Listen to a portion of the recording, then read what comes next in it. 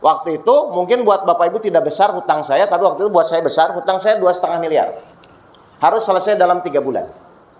Ya, keluarga saya jadi berantakan waktu itu. Dan yang terakhir sebenarnya yang membuat masalah saya semakin terpuruk itu, saya mendapatkan surat somasi dari kantor pajak yang intinya kalau saya tidak menyelesaikan urusan pajak saya akan dipenjara minimal 5 tahun kurungan penjara. Kira-kira menurut Bapak Ibu itu masalah atau bukan? Masalah. Kira-kira ada nggak solusinya di dalam Al-Quran? Ada. Berarti harusnya saya tenang atau pusing?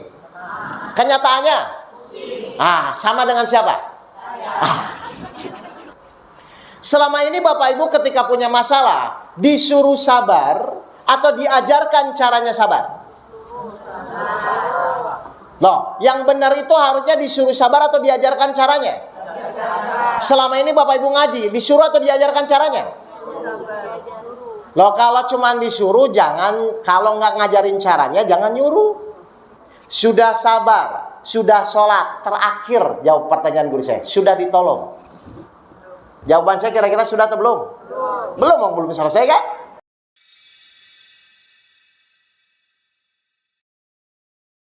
Assalamualaikum warahmatullahi wabarakatuh. Ya alhamdulillahirabbil alamin wassalatu wassalamu ala asrofil anbiya'i wal mursalin sayyidina maulana Muhammadin wa alihi washabihi ajmain amma ba'du. Baik, Bapak Ibu yang dirahmati Allah, jadi saya memberikan info sebentar ya. Jadi memang kemarin saya minta bahwa kan sebenarnya kalau saya dakwah di beberapa kota itu ada jamaah yang kadang-kadang ini Ustadz kalau kajian rutinnya di mana?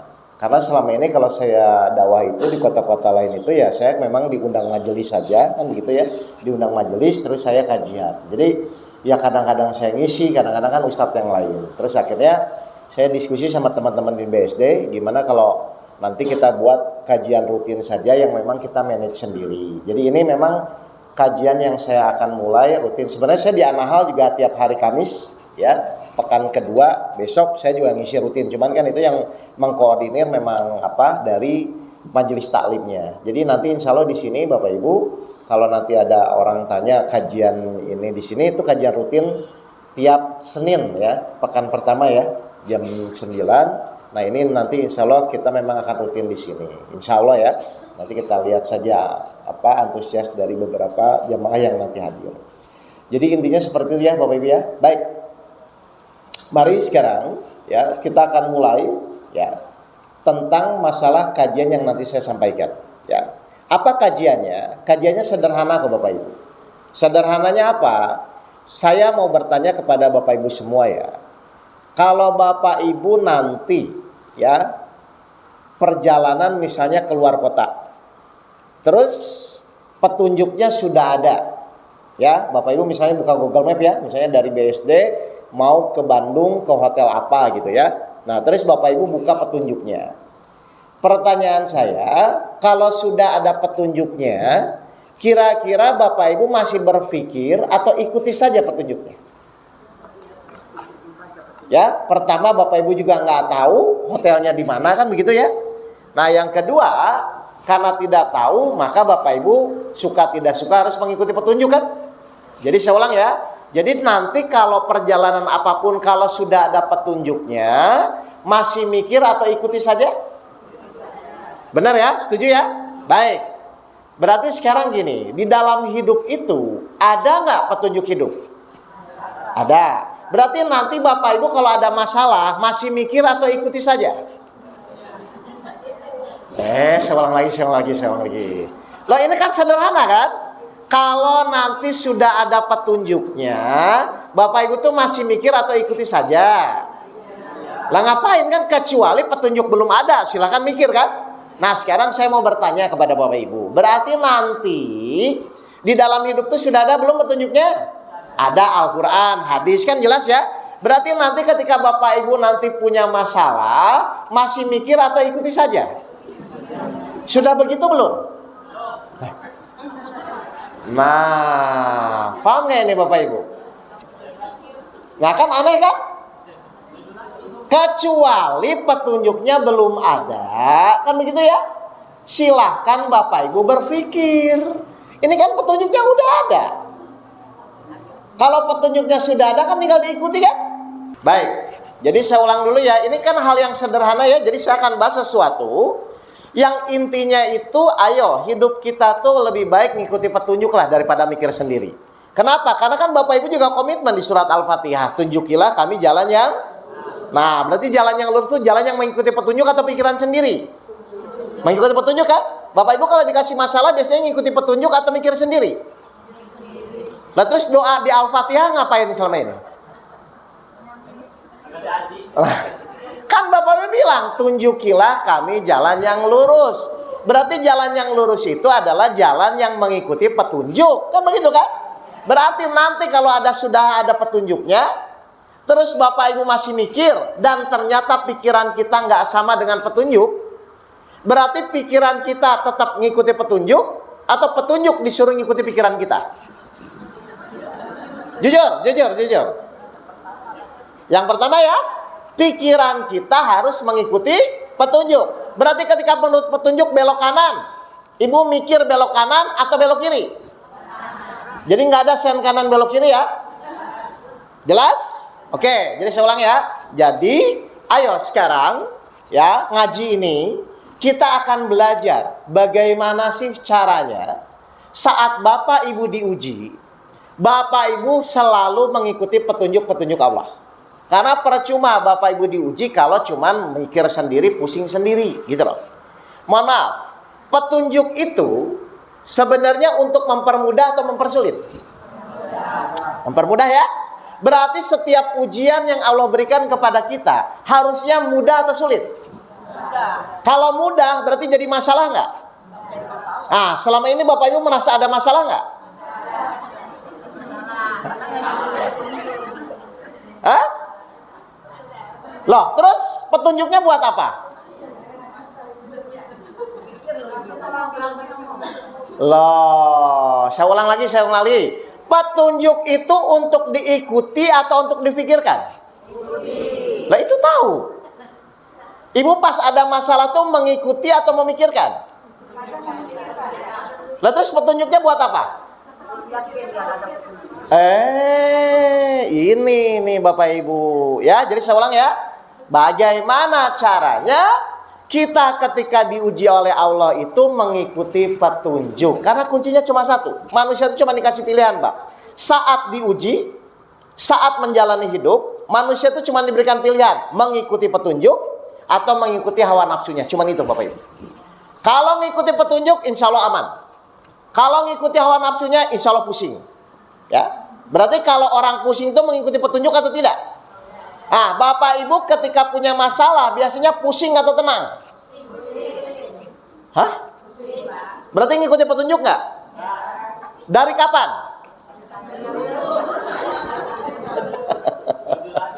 Nah, paham Bapak Ibu ini ya? Jadi sekarang kita akan belajar bagaimana sih caranya mengikuti petunjuk. Sayang soalnya gitu loh Bapak Ibu. Mohon maaf ya, kalau mengikuti petunjuk masalah selesai nggak? Selesai. Berarti kalau nggak selesai pasti kurang mengikuti petunjuk kan? Berarti yang jadi masalah itu ujiannya atau karena kita nggak mengikuti petunjuk? Jadi salah siapa? Salah kita. Nah, karena kalau mengikuti petunjuk pasti selesai. Kalau tidak mengikuti petunjuk wajar kalau nggak selesai. Dan saya yakin Bapak Ibu tahu itu. Padahal kalau ditanya Bapak Ibu tuh ingin pusing atau ingin tenang? Berarti wajib nggak mengikuti petunjuk? Ya sudah, kalau wajib tinggal dijalani kan begitu aja. Ya ini caranya mau saya kupas. Tapi ngerti dulu ya polanya ya. Jadi yang akan saya sampaikan kajian ini adalah bagaimana mengimplementasikan, bagaimana mempraktekkan antara ayat-ayat Al-Quran yang selama ini Bapak Ibu pelajari, yang Bapak Ibu tafsirkan ya, dengan praktek kehidupan sehari-hari. Supaya apa? Supaya hidup kita semakin lama semakin mudah gitu loh Bapak Ibu. Karena nggak mungkin Allah itu memberi petunjuk menyesatkan, nggak mungkin. Kalau Google Map mungkin kadang-kadang ya. Tapi kalau Al-Quran tuh nggak mungkin menyesatkan, dan Allah sendiri ingin manusia itu hidupnya bahagia. Saya buktikan. Kita mulai tadabbur Al-Quran di surat 20 ayat 2. Ya. Nah, ini kita akan kupas, kita akan buktikan dan praktekkan. Surat 20 ayat 2. Quran Surat Toha ayat 2. Ya. Kami tidak menurunkan Al-Quran ini kepadamu Muhammad agar engkau menjadi susah. Kami tidak menurunkan Al-Quran kepadamu Muhammad agar engkau menjadi susah. Jadi harusnya kita tuh hidup tuh mudah atau susah? Mudah dengan mengikuti petunjuk. Ayat 3-nya coba lanjut. Melainkan sebagai peringatan bagi orang yang takut kepada Allah. Nah, nanti kalau Bapak Ibu salah, jangan kaget ya. Nanti Allah peringatkan. Kamu salah, kamu mikir sendiri, ikuti petunjuknya gitu loh Bapak Ibu. Ngerti ya? Jadi sebenarnya Al-Quran itu satu membuat mudah. Sebagai apa? Untuk memberi peringatan agar Bapak Ibu jangan salah di dalam menjalani kehidupan. Pahami Bapak Ibu? Sekarang tolong dijawab.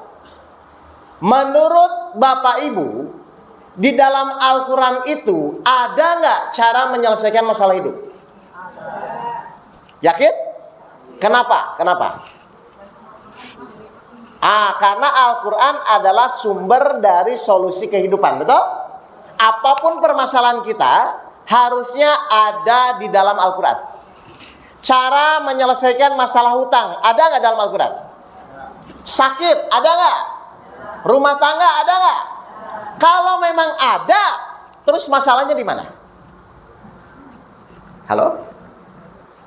Kata Ibu kan semua solusi hidup ada di dalam Al-Quran kan? Bapak Ibu percaya bahwa Al-Quran itu solusi hidup? Berarti semua permasalahan ada nggak caranya di dalam Al-Quran? Lah kalau ada, terus yang Ibu takutkan, yang Ibu khawatirkan, yang Ibu cemaskan itu apa kalau begitu?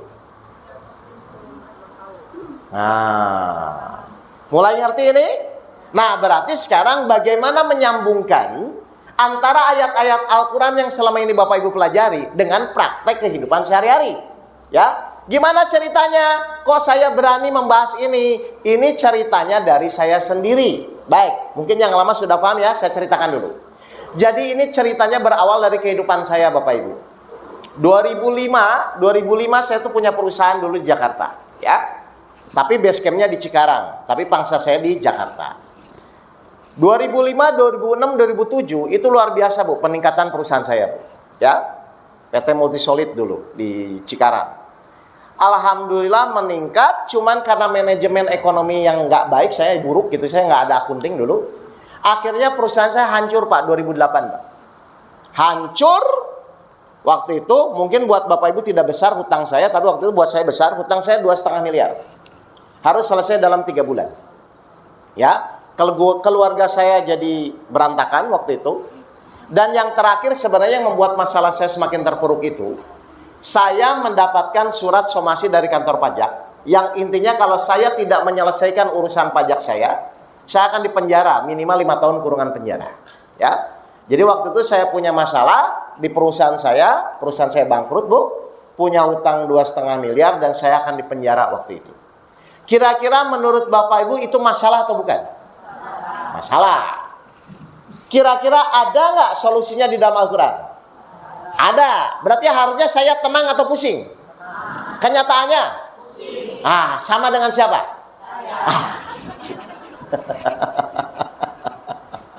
Ya, saya bingung, saya pusing.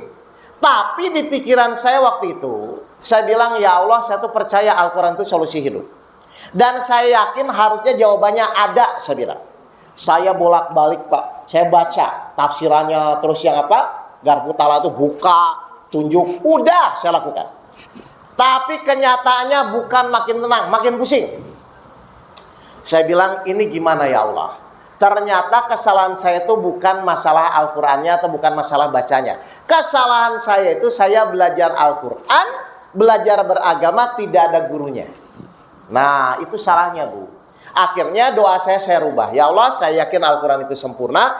Tolong ya Allah, bimbing saya, pertemukan saya dengan seorang guru yang bisa membantu saya mempraktekkan ayat-ayat Al-Quran. Alhamdulillah Bapak Ibu, akhirnya Allah mengabulkan. Saya ketemu seorang guru yang sekarang tetap jadi guru saya. Lalu saya ngobrol kepada dia, saya bilang, Pak Guru tolong saya punya hutang 2,5 miliar. saya mau dipenjara dan keluarga saya berantakan. Ini menurut saya sudah tidak mampu. Saya bolak-balik Al-Qur'annya, bolak-balik tetap nggak selesai-selesai. Nah, akhirnya guru saya bilang, Mas Oke percaya nggak bahwa Al-Quran itu memang sumber solusi hidup? Kayak tadi saya tanya ya ke Bapak Ibu. Saya bilang percaya, tapi saya nggak tahu cara prakteknya. Karena kalau kajian saya ikut, ngaji saya ikut, tapi tetap pusing gitu loh Bapak Ibu. Kenapa? Karena setelah kajian saya nggak diajarin cara prakteknya gitu loh Bu. Kan kalau ngaji saya yakin Ibu kan rajin ini. Saya lihat dari inilah, rajin-rajin semua ngaji kan. Cuman pertanyaannya setelah ngaji itu cara prakteknya bagaimana? Kan itu yang penting. Lalu saya bilang, tolong Pak Guru ajari saya cara prakteknya. Agar saya nanti pulang bisa mempraktekkan Al-Qur'annya, hutang bisa lunas, keluarga jadi harmonis lagi, dan saya tidak dipenjara. Akhirnya guru saya ngajarin Bu, seharian waktu itu full. Makanya kan workshop itu inspirasi. Dari saya sebenarnya ngaji waktu itu seharian sama Pak Guru Antono. Saya praktekkan, yang nanti mau saya sharing Bapak Ibu, apa yang terjadi 2,5 bulan selesai masalah saya.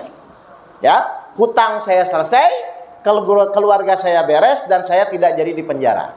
Jadi saya mau ceritakan ini karena memang saya sudah jalani Bapak Ibu. Saya sudah praktekkan, dan harusnya semua permasalahan yang Bapak Ibu hadapi mudah terselesaikan kalau memang Bapak Ibu benar-benar mengikuti Al-Quran. Paham ini? Jadi arah pengajian saya bukan tafsir ya. Arah pengajian saya adalah bagaimana mempraktekkan ayat-ayat yang Al-Quran yang selama ini Bapak Ibu baca. Terus gimana dengan masalahnya, lalu dibuktikan. Kenapa harus dibuktikan Bapak Ibu? Kenapa Al-Quran itu harus dibuktikan? Supaya Bapak Ibu semakin yakin. Berarti semakin banyak masalah, semakin yakin atau semakin pusing? Sudah begitu? Halo? Belum? Mari kita buktikan. Jadi fungsinya Al-Quran itu dipelajari, difahami, ditafsirkan, lalu dipraktekkan dalam kehidupan sehari-hari, dan dibuktikan. Dan itu terjadi waktu saya di tahun 2008. Saya punya hutang, saya punya masalah hukum, saya punya masalah keluarga, saya pahami ayatnya, saya praktekkan, saya buktikan, 2,5 bulan selesai masalah saya. Ya, jadi intinya apapun permasalahan, tenang saja. Selama Bapak Ibu mengikuti petunjuk, harusnya mudah terselesaikan. Tinggal bagaimana caranya. Bagaimana caranya supaya masalah kita selesai? Mohon maaf, Bapak Ibu yang hadir di sini punya masalah nggak? Pertanyaan kedua, ingin nggak masalahnya cepat selesai? Kalau ingin ngikuti petunjuk atau mikir sendiri? Kalau ingin ngikuti petunjuk ya. Bapak Ibu ketika punya masalah biasanya ngikuti petunjuk atau mikir sendiri? Tapi ingin cepat selesai, begitu? Gimana rumusnya? Baik, sekarang saya akan kupas. Bagaimana caranya ketika kita punya masalah, masalah kita mudah terselesaikan. Caranya tuh begini.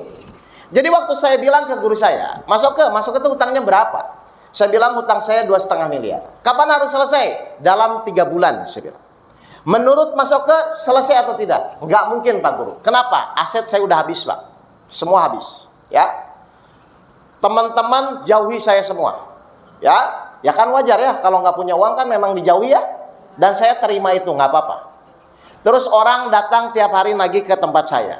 Ya. Saya bingung, saya stres. Jadi menurut Mas Oke nggak mungkin. Nggak mungkin kalau menurut hitungan saya. Baik. Karena tadi Mas Oke ingin tahu bagaimana menyelesaikan masalah dengan Al-Quran, tolong sekarang dijawab. Siap, saya bilang. Apa yang harus saya jawab? Mas Oke hutang 2,5 miliar. Saya, guru saya namanya Kiai Antono. Saya Antono hutang 5 juta. Menurut Bapak Ibu semua secara umum, 2,5 miliar dan 5 juta, mana yang lebih cepat lunasnya? 5 juta. Saya jawab 5 juta Bapak Ibu. Terus guru saya bilang apa? Salah. Padahal pertanyaannya, jawaban saya salah atau benar menurut Bapak Ibu? Benar. Tapi guru saya bilang salah. Loh, saya bilang salahnya di mana? Makanya masalah Mas Oke nggak selesai-selesai. Loh, saya bilang tolong, di mana salahnya? Ibu tolong bantah jawaban saya ya. Baik. Kalau 5 juta tidak ditolong Allah, 2,5 miliar ditolong Allah, kira-kira mana yang lebih cepat lunas? Kenapa tadi bilang yang 5 juta? Tahu nggak kesalahan kita selama ini Bapak Ibu? Kesalahan kita adalah kita sering mengukur masalah berdasarkan kemampuan pikiran kita. Itu yang salah. Mau 5 juta, mau 2,5 miliar, kalau Allah nolong, beres atau tidak? Benar. Berarti selama ini Bapak Ibu ikhtiar itu tujuannya untuk menyelesaikan masalah atau supaya Allah menolong? Saya ulang. Selama ini tujuan Bapak Ibu hidup, selama ini tujuannya untuk menyelesaikan masalah atau supaya Allah menolong? Menyelesaikan masalah. Kalau Allah nggak nolong, nah terus kenapa tujuannya menyelesaikan masalah? Ngerti kenapa masalah kita nggak selesai-selesai? Tahu? Ternyata dari awal cara yang kita pakai secara tidak sadar tidak mengikuti petunjuk. Kenapa semua masalah itu harus Allah yang menolong? Karena menurut petunjuknya memang begitu. Surat 3 ayat 160. Ya, jadi Bapak Ibu harus ngerti dulu sebelum cerita masalah tuh ini petunjuknya bagaimana gitu loh Bapak Ibu. Surat 3 ayat 160. Surat Al-Imran ayat 160. Kita lihat apa kata Allah. Jika Allah menolong kamu, maka tidak ada yang dapat mengalahkan kamu. Tetapi jika Allah membiarkan kamu, yaitu tidak memberi pertolongan, maka siapa yang dapat menolongmu setelah itu? Jadi masalah bisa selesai itu karena kemampuan ikhtiar kita atau karena pertolongan Allah. Menurut ayat ini, jika Allah menolong kamu, maka tidak ada yang bisa mengalahkan kamu. Tapi jika Allah tidak menolong, ibu mau jungkir balik pun, maka tidak ada yang bisa menolong. Saya ulang, berarti masalah kita selesai karena kemampuan ikhtiar kita atau karena pertolongan Allah. Jadi harusnya niat ikhtiar yang benar supaya masalah selesai atau supaya ditolong Allah. Sudah begitu? Belum? Kenapa belum? Loh, Al-Quran selama ini dibaca nggak? Terus kenapa nggak sama?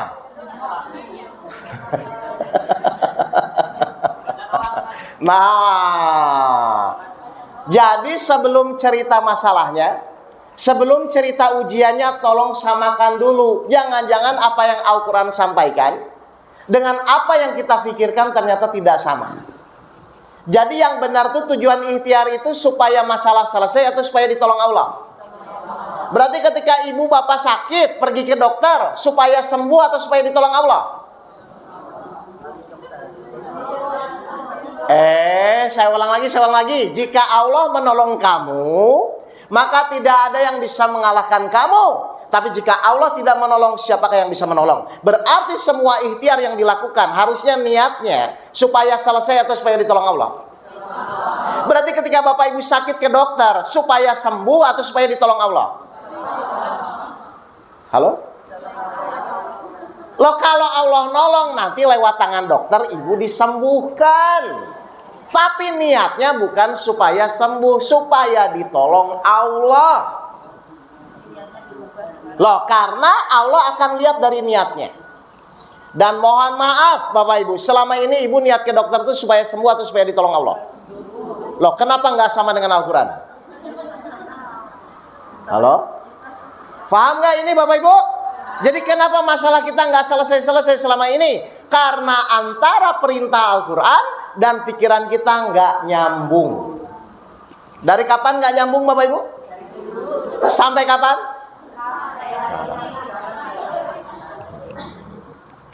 Paham? Nah, akhirnya iya ya saya bilang. Berarti semua masalah itu kan ujung-ujungnya harus ditolong Allah kan? Mohon maaf Bapak Ibu, kalau semua masalah itu ujung-ujungnya Allah yang menolong, berarti ada nggak masalah yang besar? Nggak ada kan? Ada nggak masalah yang kecil? Berarti masalah besar, masalah kecil itu menurut Allah atau menurut kita? Padahal menurut Allah ada nggak masalah yang besar? Lah kalau tidak ada, harusnya pusing atau yakin? Boleh pusing?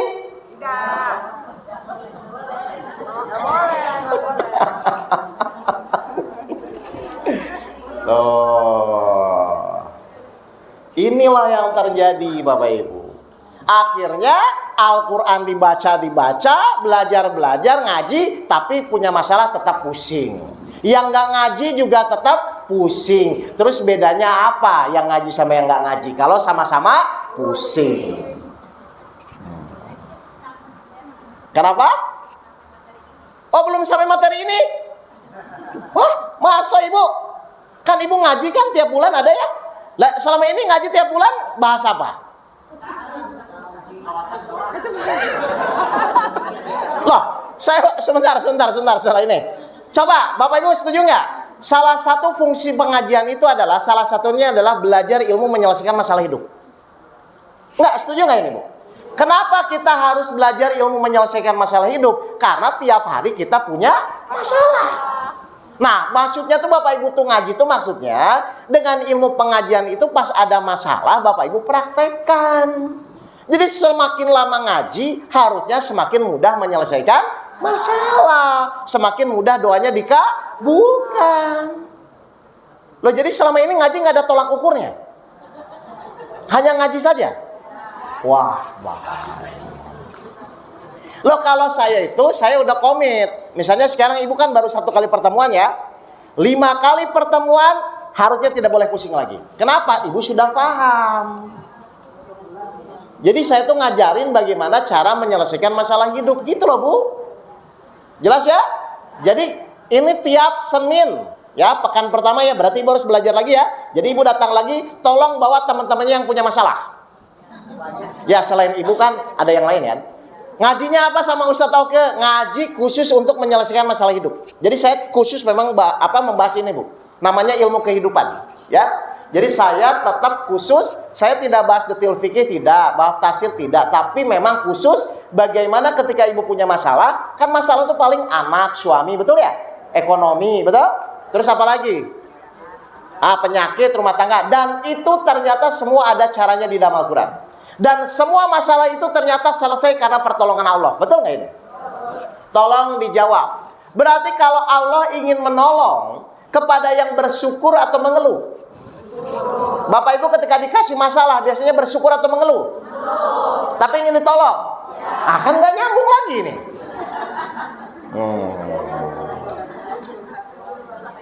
Ngerti? Jadi sekarang kita belajar ngajinya apa?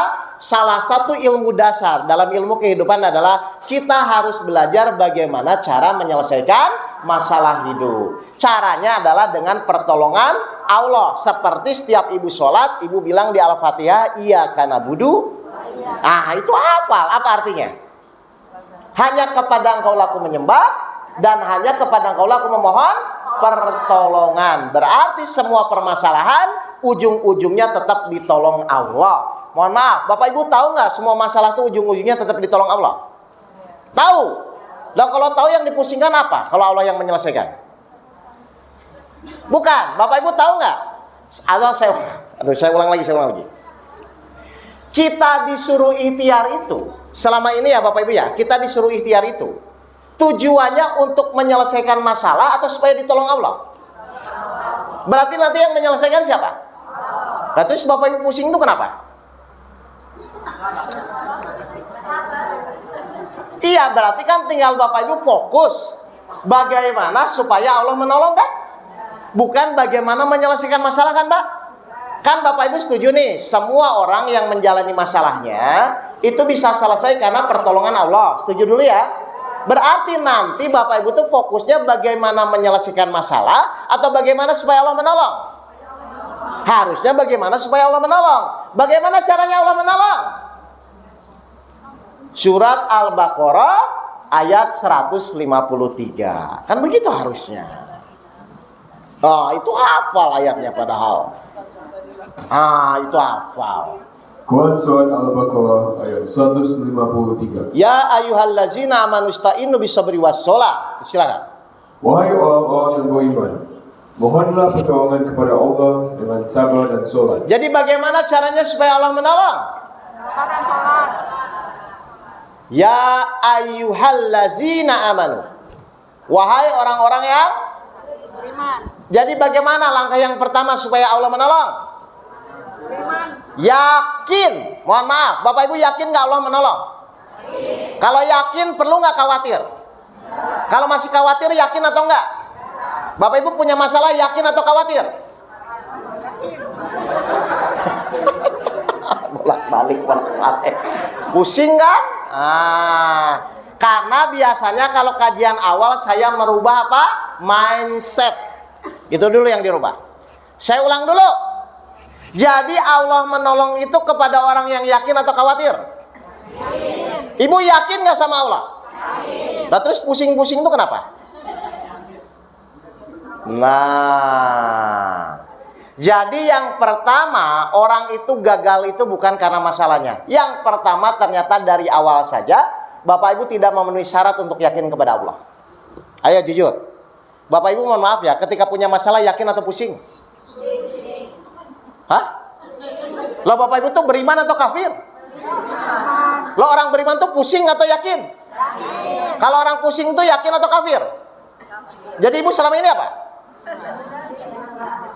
Hah? Loh, kalau beriman pusing atau yakin? Pusingnya kenapa? Pusingnya kadang-kadang katanya. Jadi kadang-kadang beriman, kadang-kadang kafir, begitu?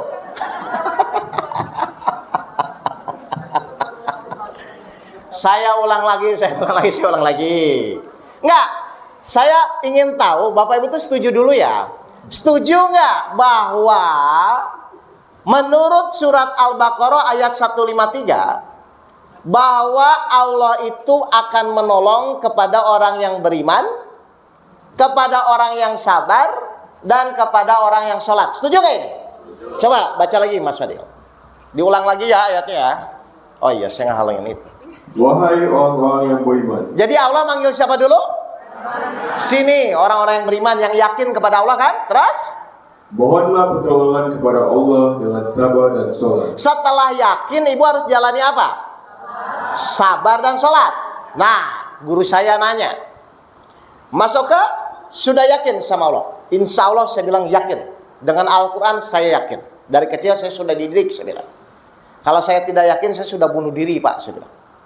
Sudah sabar, insya Allah saya tetap akan jalani masalah ini sampai selesai, apapun nanti yang terjadi. Saya merasa saya sudah sabar.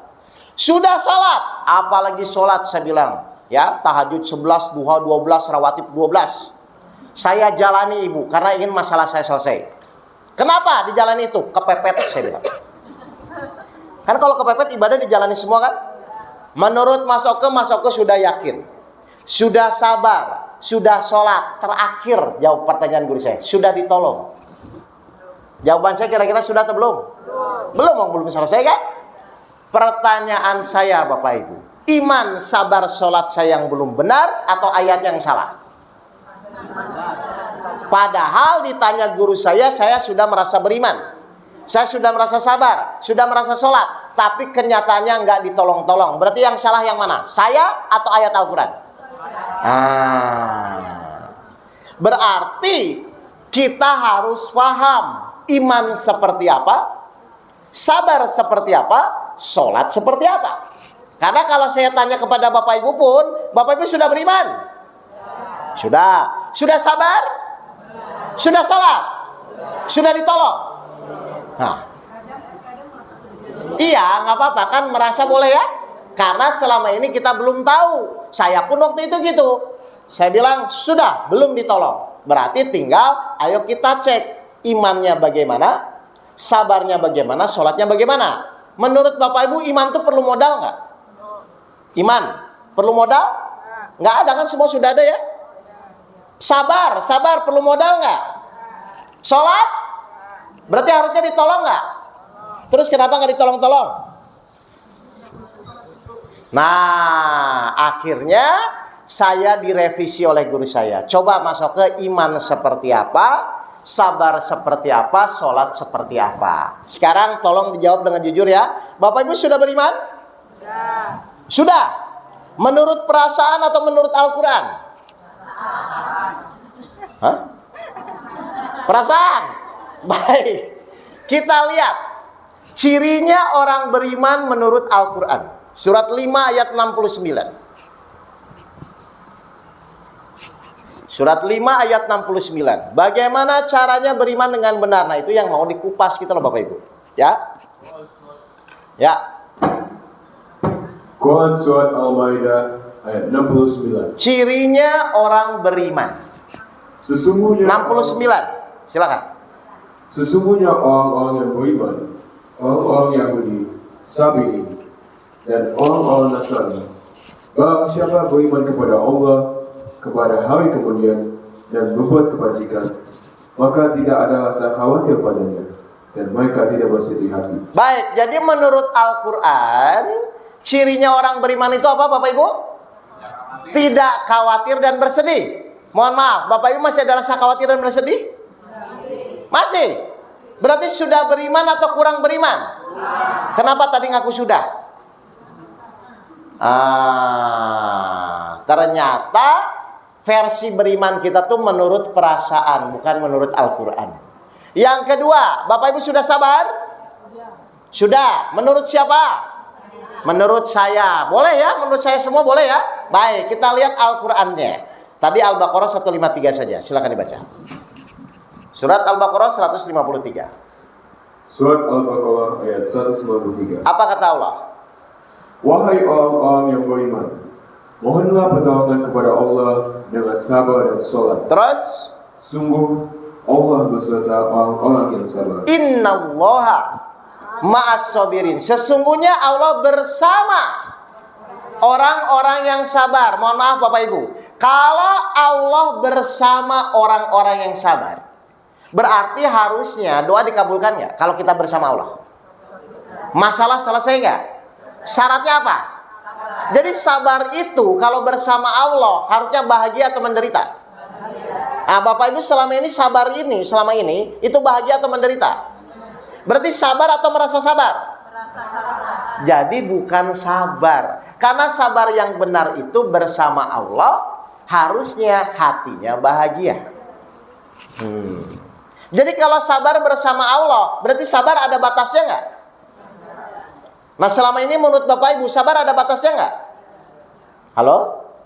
Ada. Sebenarnya yang tidak mau sabar itu siapa? Bukan.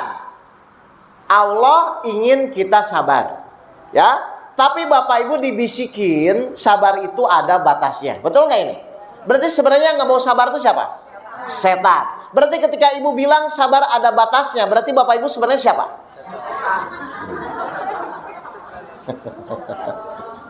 Loh, karena setan tahu kalau Bapak Ibu sabar, Bapak Ibu bersama Allah. Makanya dibisikinlah yang pertama, sabar itu ada batasnya. Kalau kamu sabar nanti diinjak-injak, kan begitu kan bisikannya kan? Dan ternyata itu bisikan setan, lalu ibu ikuti. Ayo jujur, selama ini menurut ibu bapak sabar itu ada batasnya atau enggak? Nah itu yang ngomong sebenarnya siapa? Jadi selama ini bapak ibu ngikuti siapa? Sadar bapak ibu jadi setan waktu itu? Ngerti bapak ibu ini? Jadi yang kedua, sabar yang benar itu harusnya bersama Allah. Yang ketiga sholat. Bapak ibu sudah sholat? Sudah? Menurut perasaan atau menurut Al-Quran? Perasaan lagi. Surat 70 ayat 19 sampai 22. Surat 70 19 sampai 22. Quran Surat Al-Ma'arij ayat 19 sampai 22. Ya. Sungguh manusia diciptakan bersifat suka mengeluh. Apabila dia ditimpa kesusahan, dia berkeluh kesah. Baik, jadi manusia itu sifatnya apa? Suka? Wajar nggak? Wajar. Terus lanjut. Dan apabila mendapatkan kebaikan harta, dia jadi kikir. Oke, terus? Kecuali orang-orang yang melaksanakan sholat. Nah, menurut Al-Quran, cirinya orang sholat itu apa menurut Al-Quran? Apa? Coba baca lagi ayat 19. Coba Bapak perhatikan, Ibu perhatikan ya. Ini cirinya orang yang sholat menurut Al-Quran. Sungguh manusia diciptakan bersifat suka mengeluh. Betul ya Pak ya. Terus? Apabila dia ditimpa kesusahan, dia berkeluh kesah. Terus? Dan apabila mendapatkan kebaikan harta, dia jadi kikir. Terus? Kecuali orang-orang yang melaksanakan sholat. Jadi orang sholat itu mengeluh nggak menurut Al-Quran? Bapak Ibu masih mengeluh? Tapi udah sholat. Lah, menurut perasaan atau menurut Al-Quran? Tuh. Jadi dari 3 ini pun ternyata Bapak Ibu belum memenuhi syarat kan? Akhirnya wajar nggak Allah nggak menolong? Ya sudah, kalau wajar kenapa marah-marah? Berarti kalau Allah belum menolong boleh nggak? Kalau Allah belum menolong boleh nggak? Boleh, karena kita belum memenuhi syarat.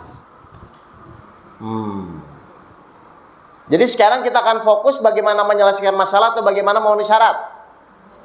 Karena kalau sudah memenuhi syarat, otomatis masalah itu selesai.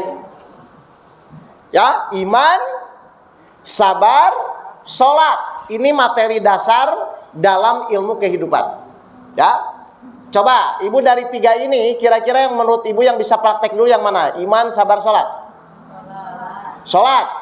Baik, sholat ya. Baik, nanti tolong dibuktikan aja ya, kalau sholatnya baik jadi penolong atau tidak. Karena sholat yang benar itu sebenarnya hanya menggugurkan kewajiban atau jadi penolong sholat yang benar. Jadi penolong kan ya? Baik.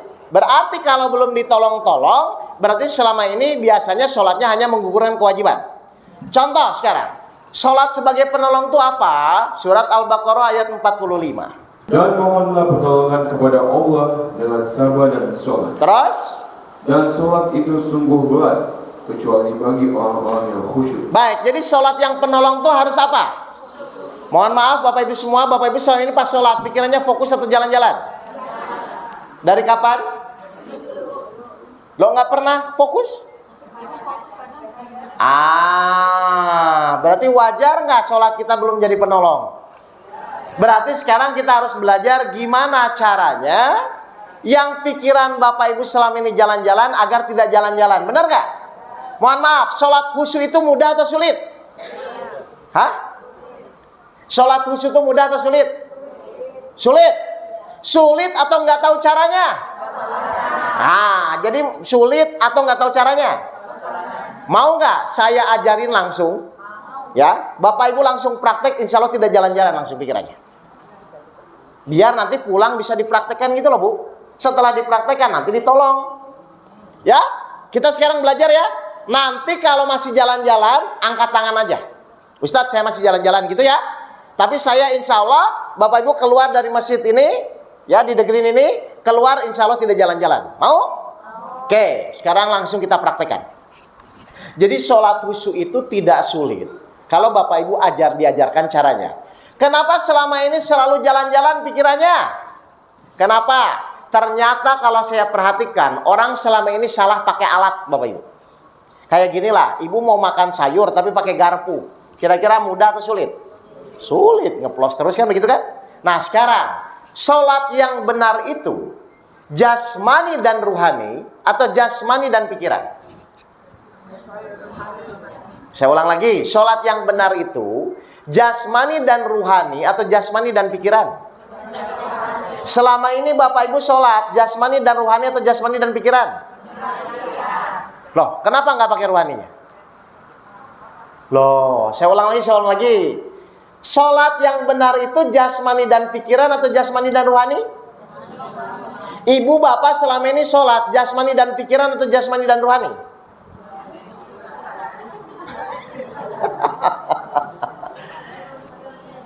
Selama alatnya salah, maka jangan harap bahwa ibu khusyuk di dalam sholat. Kenapa? Yang benar itu harus jasmani dan ruhani. Surat 7 ayat 172. Ya. Harusnya yang benar itu jasmani dan ruhani ya. Berarti kalau pikiran ibu jalan-jalan, berarti selama ini ya pikirannya sholatnya jasmani dan pikiran gitu loh. Quran surat Al-A'raf ayat 172. Baik, silakan. Dan ingatlah ketika Tuhanmu mengeluarkan dari surga tulang belakang anak cucu Adam keturunan mereka, dan Allah mengambil kesaksian terhadap ruh mereka. Allah mengambil kesaksian terhadap siapa? Ruh mereka. Terus? Bukankah aku ini Tuhanmu? Mereka menjawab. Siapa mereka tuh? Mereka tuh siapa ibu? Ruh ya, bukan manusia ya. Ini kan sebelum jadi manusia. Mereka menjawab apa? Betul, Engkau Tuhan kami. Kami bersaksi. Kami lakukan yang demikian itu agar di hari kiamat kamu tidak mengatakan, sesungguhnya ketika itu kami lengah terhadap ini. Coba mohon dijawab ya Bapak Ibu ya. Berarti harusnya sholat itu menggunakan jasmani dan ruhani atau pikiran, Pak? Kenapa harus pakai ruhani, Bu? Karena ruh kita ternyata sudah kenal Allah. Betul nggak ini? Kan di surat 7:172 itu dikatakan mereka menjawab. Berarti ruh kita tuh sudah berdialog nggak sama Allah sebelum dimasukkan ke alam rahim? Sudah. Makanya Bapak Ibu sholat itu harus menggunakan jasmani dan ruhaninya. Nah tinggal sekarang gimana caranya agar sholat kita pakai jasmani dan ruhani. Oke, sekarang Bapak Ibu semua yang hadir di sini ada ruhnya nggak? Ada. Di mana? Di dalam. Hah? Oke, tolong dijawab. Menurut surat 7:172, ruh itu bisa ngomong nggak? Apa dasarnya? Dia menjawab. Nah, dia menjawab. Kan begitu ya? Berarti nanti pas kita sholat, ruhnya harus sholat. Bagaimana caranya? 17 ayat 110. Mari kita lihat. Ya, nanti baru dipraktekkan. Nanti benar nggak fokus sholatnya? Gitu aja ya. Bagaimana caranya agar ruh kita sholat? Quran surat Al-Isra ayat 110. Ya. Katakanlah Muhammad, serulah Allah atau serulah Ar-Rahman dengan nama yang mana saja kamu dapat menyeru. Terus? Karena dia mempunyai nama-nama yang terbalik, Asmaul Husna. Terus? Dan janganlah engkau mengeraskan suaramu dalam sholat. Janganlah engkau mengeraskan suaramu dalam sholatmu. Terus? Dan janganlah pula merendahkannya. Tapi jangan juga terlalu pelan. Ini penting ya Bapak Ibu ya. Terus? Dan usahakan jalan tengah di antara kedua itu. Baik, berarti sholat itu boleh nggak dalam hati? Harus apa? Bersuara ya? Berarti yang bersuara itu kita atau ruh kita harusnya. Kalau ruh ingin bersuara, dia nyuruh apa? Kalau ruh kita ini dalam diri kita ingin bersuara, berarti dia nyuruh siapa? Hati. Bersuara. Ya, jasmani apa? Mulut. Berarti nanti kita praktek langsung ya. Berarti sekarang ruh nyuruh mulut kita bersuara. Mulut bersuara untuk apa? Menyampaikan bacaan sholat. Jadi tugas ruh apa nanti? Menyampaikan bacaan sholat. Didengarkan di mana? Telinga. Jadi saya ulang ya. Jadi kita akan praktek langsung. Ruh ya Ibu ya. Sampaikan lewat mulut, lalu didengarkan di telinga. Berarti fungsi telinga apa Bapak Ibu? Mendengarkan apa? Ruh. Saya ulang. Fungsi telinga mendengarkan ruh yang disampaikan lewat mulut. Saya ulang. Fungsi telinga itu mendengarkan ruh yang disampaikan lewat mulut. Jadi nanti sentralnya di pikiran atau di telinga? Selama ini Bapak Ibu di pikiran atau di telinga? Makanya nggak nyambung. Oke, kita buktikan ya. Jadi tugas telinga apa Bapak Ibu? Mendengarkan ruh yang disampaikan lewat mulut. Berarti bacanya tergesa-gesa atau tumaninah? Kenapa nggak boleh tergesa-gesa? Kalau tergesa-gesa nafsunya yang sholat. Kalau tumaninah ruhnya yang sholat. Berarti nanti Bapak Ibu bacanya gini. Bismillahirrahmanirrahim atau Bismillahirrahmanirrahim. Yang pertama, yang kedua. Kenapa yang kedua? Tumanina. Saya ulang dulu ya. Jadi fungsi telinga apa Bapak Ibu? Mendengarkan apa? Ruh menyampaikan bacaan sholat. Berarti kalau ruh saya mau ngomong Bismillahirrahmanirrahim. Jadi si telinga tolong fokus mendengarkan bacaan masing-masing ya. Yang terakhir, mata boleh nggak merem? Kenapa? Kenapa mata nggak boleh merem? Kemana-mana. Saya ulang ya. Karena nanti mata jadi saksi, telinga jadi saksi, mulut jadi saksi. Mata itu digunakan untuk apa? Melihat. Kalau Bapak Ibu pas sholat matanya merem, berarti matanya sholat nggak? Enggak. Jadi mata harus melihat apa? Tempat sujud ya. Oke, coba Bapak Ibu perhatikan. Ini satu ayat dulu, perhatikan saya dulu ya. mata melihat tempat sujud. Ini saya baca tapi fokus saya bukan di pikirannya, fokus saya di telinga doang. Bapak Ibu fokus di telinga ya. Bismillahirrohmanirrohim gitu ya. Jadi telinga ini fokus hanya mendengarkan ini ya. Paham? Matanya melihat tempat sujud ya. Bisa ya? Coba satu ayat dulu. Siap. Ibu fokus telinganya mendengarkan bacaan. Bapak fokus telinganya mendengarkan bacaan. Siap, satu ayat dulu ya. Bismillahirrohmanirrohim ya. Siap. Cukup terdengar di telinga masing-masing. 1, 2, 3. Ayo, telinganya fokus mendengarkan. Silakan.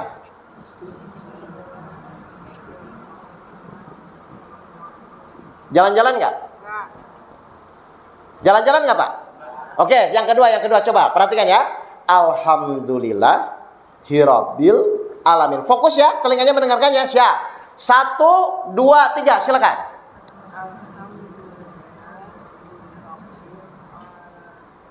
Jalan-jalan nggak? Ya itu bisa. Katanya tadi jalan-jalan. Coba sekarang ya. Coba Ibu baca surat Al-Ikhlas aja yang pendek ya Pak ya. Tapi tetap telinganya fokus mendengarkan bacaan masing-masing ya. Surat Al-Ikhlas yang pendek ya, 4 ayat ya. Siap. Kita mulai ya. Fokus telinganya mendengarkan bacaan masing-masing. Semakin tumanina semakin fokus. 1, 2, 3. Silakan baca surat Al-Ikhlas, telinga fokus mendengarkan bacaan masing-masing. Silakan.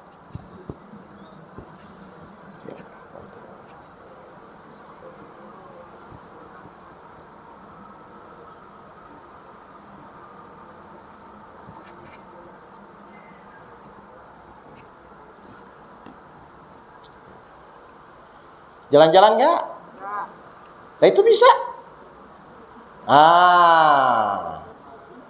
Bisa nggak?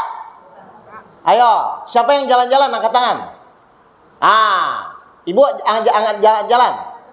Bukan tadi pas praktek tadi. Iya, pas lagi fokus, kadang-kadang fokus, kadang-kadang jalan. Bukan. Saya ulang lagi. Kenapa jalan-jalan biasanya sadar? Telinga ibu nggak fokus mendengarkan. Ulang lagi ya. Coba saya ulang lagi ya. Tolong telinganya fokus, nggak usah mikirin artinya ya, Telinganya fokus mendengarkan bacaan sendiri ya. Oke, coba kita buktikan dulu. Baca Al-Fatihah ya. Pokoknya telinga ibu tugasnya mendengarkan bacaan sendiri. Nggak perlu, jangan mikirin artinya. Pokoknya tugasnya sekarang saat ini telinga hanya fokus mendengarkan bacaan sendiri ya. Siap. Semakin tenang, jangan terburu-buru. Kalau terburu-buru pasti lari-lari. Semakin tumanina semakin akan fokus. Siap ya? Telinga fokus mendengarkan bacaan sendiri. Siap? 1, 2, 3. Silakan sampaikan surat Al-Fatihah. Telinganya fokus mendengarkan bacaan masing-masing. Silakan.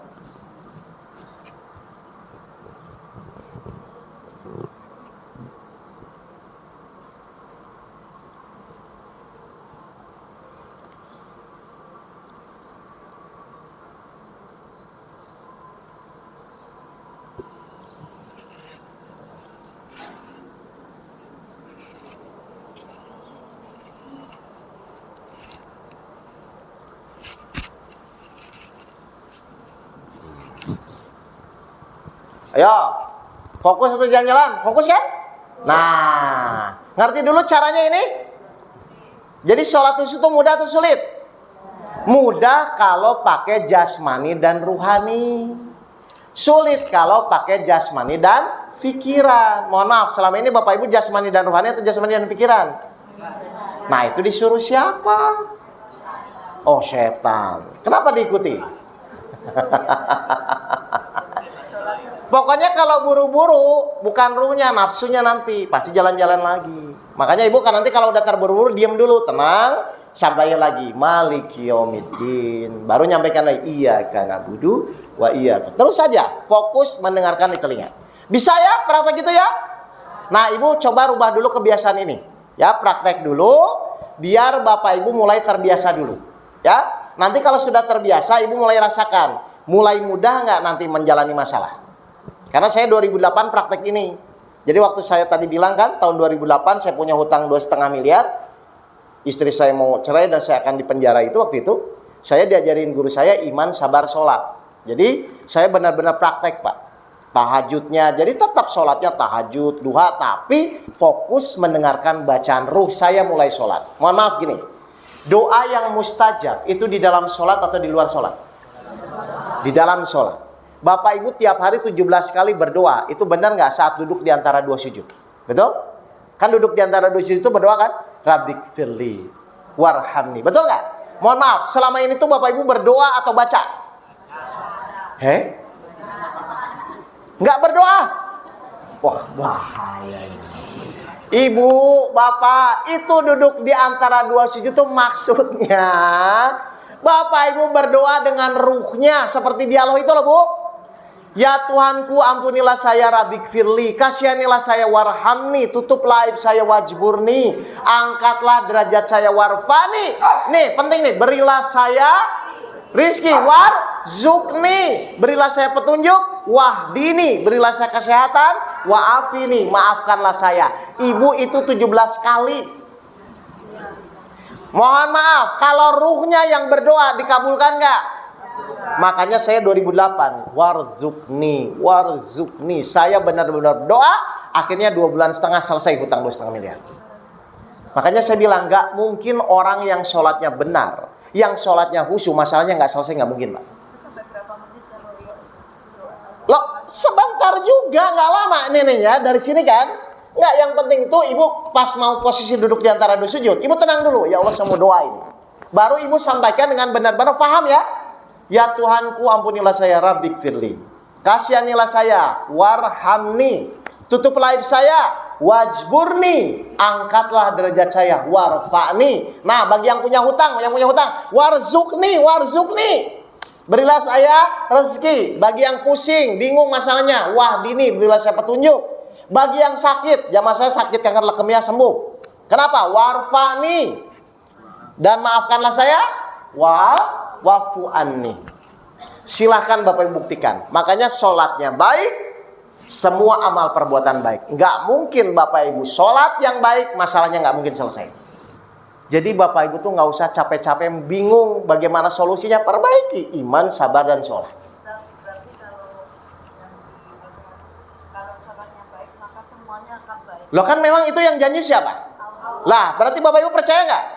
Berarti kalau kita hidup nggak baik, dari mana awalnya? Sholatnya fokus atau jalan-jalan?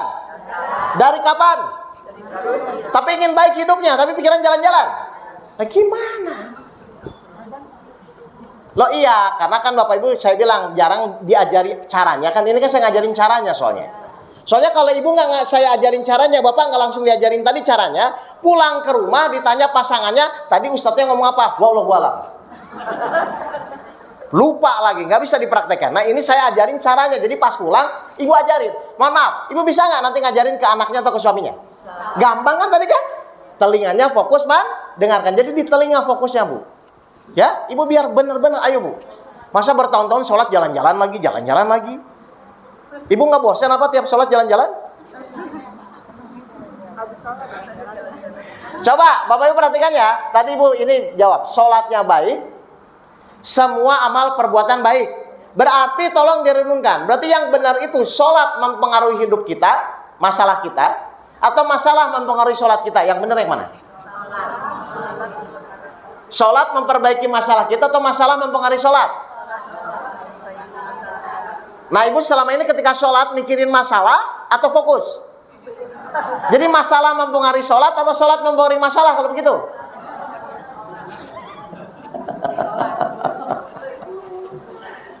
Ngerti Bapak Ibu ini? Ya jadi yang benar itu sholat mempengaruhi masalah kita, bukan masalah mempengaruhi sholat kita. Awas jangan terbolak-balik. Bisa ya? Oke, kalau sudah bisa itu dipraktekkan. Oh ini 10.30 ya kita ya? Baik, kalau gitu saya buka pertanyaan dulu deh, silakan. Nah, ayo kalau ada pertanyaan silakan. Tapi saya nggak bahas fikih sholat ya, saya metodologi prakteknya aja, silakan. Ya. Pakai mic. Oh, pertanyaannya apa Pak? Oke, bagus ini. Kalau sholat berjamaah bagaimana? Betul, tadi yang saya ajarkan kan cuma sholat sendiri ya Pak ya? Mohon maaf, sholat sendiri tadi sumber suara dari mana? Ruh ya? Ruh disampaikan ke mulut, fokus didengarkan di telinga. Kalau berjamaah sumber suara dari mana? Maghrib, isya, dan subuh? Berarti Bapak Ibu dengarkan imam, ikuti saja, masukkan ke ruh. Cuman dibolak-balik itu aja, Pak. Karena rukunnya berjamaah itu makmum wajib mengikuti imam. Nah, kalau yang zuhur sama asar gimana nih? Saya makan kalau gitu kan jadi agak lama ya. Bismillahirrahmanirrahim. Kan agak lama ya, Pak ya? Nah, kalau zuhur asar gimana? Misalnya Bapak Ibu baru alhamdulillah imam ruku. Tetap berdiri atau ruku? Ikuti saja imam, Pak. Ya, kalau berjamaah begitu aja, Pak ya. Jadi makmumnya wajib mengikuti imam. Ikuti saja. Kalau yang isya, maghrib, isya, subuh, wajib makmum mendengarkan bacaan imam. Gitu aja. Ini saya prakteknya untuk yang di luar berjamaah ya, Pak ya. Silakan. Nanti coba dulu aja. Kalau Bapak mendengarkan, ini saya mau nanya, Bapak mendengarkan saya jalan-jalan nggak pikirannya? Kenapa? Mendengarkan. Jadi nggak fokus itu pasti nggak mendengarkan. Nanti dicoba aja, Pak. Nanti dicoba. Tapi saya ulang dulu ya. Yang penting praktek di luar sholat berjamaah dulu ya. Tahajud, duha, kan itu nggak perlu berjamaah kan, Pak? Nah, telinganya tolong fokus dulu. Jadi sekarang pikiran Bapak Ibu saya rubah. Yang tadinya di pikiran, saya geser ke telinga. Jadi telinga yang difokuskan. Tapi tolong jangan tanya yang telinganya budak. Pokoknya telinga sekarang menjadi fokus ya. Bapak dengerin dulu nanti praktek. Pelan-pelan aja, Pak. Sholat duha 4 rakaat misalnya. Bismillahirrahmanirrahim. Itu enak, Pak, nanti. Apalagi pas duduk di antara dua sujud. Itu Bapak Ibu harus praktek ya. Benar-benar bisa dipraktekkan. Tolong dijawab. Kalau nanti Bapak Ibu sholat, masalah selesai. Sholat, masalah selesai. Kira-kira sholat jadi kewajiban atau kebutuhan, Pak? Dipaksa atau kesadaran nantinya? Nah, nanti di kajian berikutnya kita akan belajar bagaimana sholat itu memunculkan rasa hormat. Ini kan tahap pertama. Ya, saya pelan-pelan. Soalnya biar Bapak Ibu nggak pusing nanti. Jadi ini sholat khusyuk tahap pertama ya. Nanti ada tahap kedua. Gitu meningkat, Pak. Sampai kalau bisa saat sholat itu merasa diawasi oleh Allah. Ya, begitu ya. Sehingga benar di surat 29 ayat 45 bahwa sholat itu mencegah perbuatan dari perbuatan keji dan mungkar. Akhirnya orang yang sholat tapi tidak korupsi. Orang yang sholat tidak berbohong. Kenapa? Karena sholatnya benar-benar mencegah dari keji dan mungkar. Orang yang sholat tapi tidak mengeluh. Itu maksudnya Bapak Ibu. Makanya tadi saya bilang kan, ngaji itu harus ada tolak ukurnya. Paham ya, Pak ya? Ini pelan-pelan, ini baru tahap awal. Ya, tapi yang penting dirubah dulu alatnya. Yang tadinya di pikiran dirubah ke ruhani. Caranya ruhani sholat, ternyata telinganya harus fokus mendengarkan apa yang harus sampaikan. Mengerti Bapak Ibu ini? Silakan, Bu, silakan. Bentar. Kalau misalnya menguap saat sholat tertentu. Ya, itu kan fikih ya. Nguap tuh ditutup aja, jangan gitu kan, ditutup aja. Gak apa-apa. Kan nggak nguap terus kan tiap sholat kan? Masa tiap sholat nguap kan? Nggak, pokoknya gini, nanti hal-hal seperti lupa rokaat, ya, lupa bacaan itu akan hilang kalau Ibu benar-benar jasmani dan rohani. Nanti akan hilang dengan sendirinya, Pak. Kan biasanya di sholat itu kan lupa rokaat, lupa bacaan kan gitu ya. Nanti kalau jasmani dan rohani Ibu sholat itu hilang semuanya. Makanya Bapak Ibu mulai biasakan ya. Jadi telinganya fokus mendengarkan bacaan, kalimah per kalimah, bukan ayat per ayat. Kalau ayat per ayat kan bismillahirrahmanirrahim kan gitu kan. Kalau kalimah-kalimah yang tadi bismillah. Jadi dengarkan kalimah per kalimah. Bisa ya? Silakan, Bani. Kalau kita membaca itu kan hanya baca aja dengan fokus. Tapi kalau artinya nggak tahu juga. Jangan dulu mikirin artinya, itu nanti tahap berikutnya. Pokoknya tugas Bapak Ibu sekarang fokus mendengarkan saja bacaannya. Makanya tadi Ibu kan kenapa jalan-jalan pasti karena kalau sudah mulai mikirin artinya berarti pakai pikiran lagi atau pakai ruhani lagi? Pikir nanti lari lagi ke sana gitu loh. Makanya saya tahan dulu. Yang penting dengarkan aja dulu ya.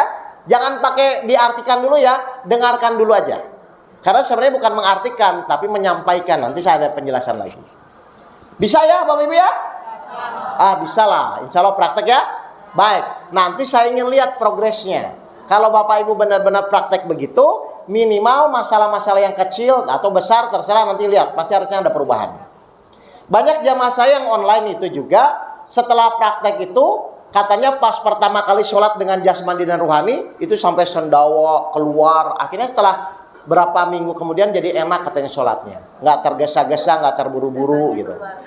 Ya mungkin setannya ya. Ngerti ya Bapak Ibu ya? Jadi saya ulang ya, kajian ini adalah mengajarkan cara prakteknya. Mohon maaf, misalnya kayak sabar, jujur. Selama ini Bapak Ibu ketika punya masalah, disuruh sabar atau diajarkan caranya sabar? Loh, yang benar itu harusnya disuruh sabar atau diajarkan caranya? Selama ini Bapak Ibu ngaji, disuruh atau diajarkan caranya? Loh, kalau cuma disuruh jangan, kalau nggak ngajarin caranya jangan nyuruh. Nah, yang benar itu sabar itu diajarkan caranya. Gimana saya bukan orang sabar, ingin jadi sabar. Gimana saya bukan orang ikhlas, ingin jadi ikhlas. Jadi nanti pelajaran yang kedua, ibu harus bisa bagaimana caranya sabar, bukan cuma disuruh sabar. Jadi selama ini ngaji cuma disuruh sabar? Nggak pernah diajarin caranya? Ya nggak bisa dong Mbak. Saya ingin bisa nyetir mobil. Terus saya cuma bilang, Bapak bilang, nih pokoknya pakai aja kuncinya nih, silahkan pakai mobilnya. Bisa nggak saya nyetir mobil? Harus ngapain? Diajarin sama Bapak Ibu, disuruh sabar. Nanti orang yang nyuruh tanya, gimana caranya Ustadz? Saya bukan orang sabar, ingin jadi sabar. Gimana caranya sabar? Kalau dia nggak bisa ngajarin caranya, nggak usah nyuruh. Karena sabar itu memang harus diajarkan metodologinya, cara latihannya, tolak ukurnya. Itulah Ibu ya. Jadi nanti yang kedua metodenya, bagaimana caranya sabar. Sabar itu sulit atau mudah? Sulit atau nggak tahu caranya? Nah, kalau sudah tahu caranya kira-kira mudah atau sulit? Sampai ketemu minggu depan. Bulan depan. Paham? Tapi latihan dulu sholat yang tadi ya. Latih sholatnya sampai ruhnya mulai merasakan sholat. Nanti benar-benar Bapak Ibu akan merasakan keajaiban-keajaiban dalam sholat. Baik, ada pertanyaan lagi? Baik. Baik. Kalau tidak ada pertanyaan, saya bahas iman dulu ya. Ini sampai 10.30 kan ya? Oke. Tadi syarat ditolong Allah apa? Coba buka lagi surat Al-Baqarah 153. Ya, coba. Sholat udah tahu ya caranya tadi ya? Nah itu yang saya diajarin guru saya itu Pak. Jadi 2008 itu saya diajarin begitu. Ternyata masalah jadi selesai. Memang betul. Al-Quran itu harus dibuktikan soalnya. Silakan. Quran surat Al-Baqarah ayat 153. Syarat ditolong Allah. Wahai orang-orang yang beriman, mohonlah pertolongan kepada Allah dengan sabar dan sholat. Sholat tadi udah saya ajarin ya. Nah cuman banyak orang biasanya Pak, ini kejebaknya di imannya. Mohon maaf, Bapak Ibu yang hadir di sini punya iman nggak? Untuk apa tujuannya? Saya ulang lagi. Bapak Ibu semua yang hadir di sini punya iman? Untuk apa fungsinya? Halo? Enggak, fungsinya iman untuk apa? Yakin. Berarti kalau sudah yakin pusing nggak? Ibu punya masalah pusing atau yakin? Ibu kalau punya masalah selama ini pusing atau yakin? Lalu terus imannya kemana?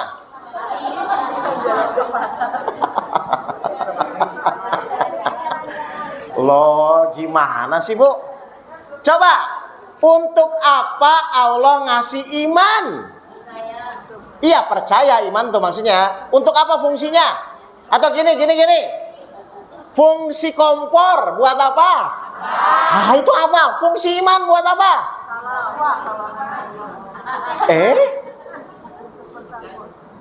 Hah?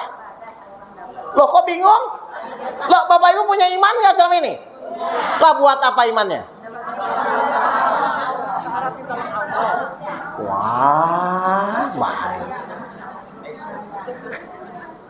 Surat 10 ayat 9. Ibu harus belajar ya yang begini-begini ya. Masa imannya nganggur terus? Surat Yunus ayat 9. Apa fungsinya iman itu untuk apa? Coba perhatikan. Sesungguhnya orang-orang yang beriman dan mengerjakan kebajikan, Terus? niscaya diberi petunjuk oleh Tuhan karena keimanannya. Apa fungsinya iman untuk apa? Agar diberi petunjuk. Berarti orang beriman harusnya ngikuti petunjuk atau mikir sendiri? Orang beriman harusnya mengikuti petunjuk atau mikir sendiri? Ibu bapak ketika punya masalah, mikir sendiri atau ngikuti petunjuk? Loh, bapak itu orang beriman atau orang kurang beriman?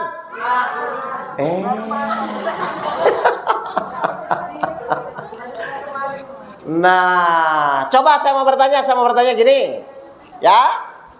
Jadi fungsinya Allah ngasih iman itu adalah sebagai cara agar bapak ibu nanti diberi petunjuk. Betul nggak ini?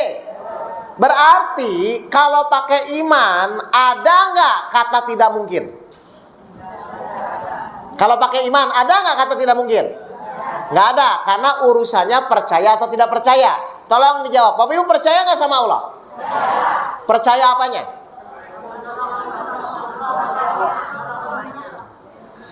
28 ayat 10. Ibu harus pegang dulu ini ya. Karena kalau enggak nanti bolak-balik pusing. Aku beriman tapi pusing. Yang enggak beriman pusing. Nah, terus bedanya apa? Yang beriman sama yang enggak. Surat Al-Qasas ayat 10. Coba kita disuruh beriman kepada Allah. Beriman kepada apanya? Biar ibu paham dulu. Ayo. Dan hati ibu Musa menjadi kosong. Sungguh, hampir saja dia menyatakannya rahasia tentang Musa. Terus? Seandainya tidak kami tumbuhkan hatinya agar dia termasuk orang yang beriman kepada janji Allah. Nah, kita disuruh beriman kepada apa? Janji Allah banyak nggak dalam Al-Quran? Salah satunya apa janjinya tadi? Ditolong. 30 ayat 5 dan ayat 6. Coba. Ibu harus pegang ini ya. Jadi nanti pas ada masalah tuh yakin dulu. Ya, urusan masalah gede atau kecil itu urusan nanti. Yang penting yakin dulu. Surat 30 ayat 5 ayat 6. Yakin dulu ya Bapak Ibu ya. Quran surat Al-Rum ayat 5 sampai 6. Coba Ibu pegang ini. Ayat ini pegang ya. Allah janjinya ini. Coba. Karena pertolongan Allah, dia menolong siapa yang dia kehendaki. Yang siapa? Yang dikehendaki itu yang sabar, yang sholat, atau yang khawatir, yang cemas? Ah, terus? Dia maha perkasa, maha penyayang. Terus? Itulah janji Allah. Allah tidak akan menyalahi janjinya. Apa janji Allah? Allah tidak akan menyalahi. Berarti pasti menolong nggak? Kalau sholat ibu benar, kalau iman ibu benar, kalau sabar ibu benar. Terus? Tetapi kebanyakan manusia tidak mengetahui. Tapi banyak orang yang nggak tahu, Pak. Bapak Ibu itu termasuk yang tahu atau yang kurang tahu? Kenapa kurang tahu? Jelas Bapak Ibu ini? Jadi sekarang fungsinya iman itu apa? Agar Allah memberi petunjuk. Cirinya orang beriman itu tadi apa? Tidak khawatir dan bersedih. Sekarang tolong dijawab. Untuk yakin kepada Allah, perlu proses atau tidak? Perlu. Baik, pertanyaan kedua. Kalau perlu proses, umur berapa Bapak Ibu mau yakin sama Allah? Saya ulang lagi. Untuk yakin kepada Allah perlu proses enggak? Hah? Perlu. Kalau perlu proses, umur berapa Ibu mau yakin sama Allah? Loh, kan berarti kalau perlu proses itu perlu waktu untuk meyakini Allah kan? Padahal pertanyaan saya, ada nggak sifat Allah yang meragukan? Nah, terus kenapa? Perlu yakin, perlu proses. Untuk yakin kepada Allah itu tidak perlu proses. Peningkatan keyakinannya perlu proses ujian, gitu loh Bapak Ibu. Saya ulang ya, karena tidak ada sifat Allah yang meragukan. Harusnya Bapak Ibu yakin. Berarti nanti kalau sama Allah mikir-mikir atau langsung diterima? Berarti pas Bapak Ibu dikasih masalah langsung diterima atau mikir? Kenyataannya? Loh, katanya yakin sama Allah.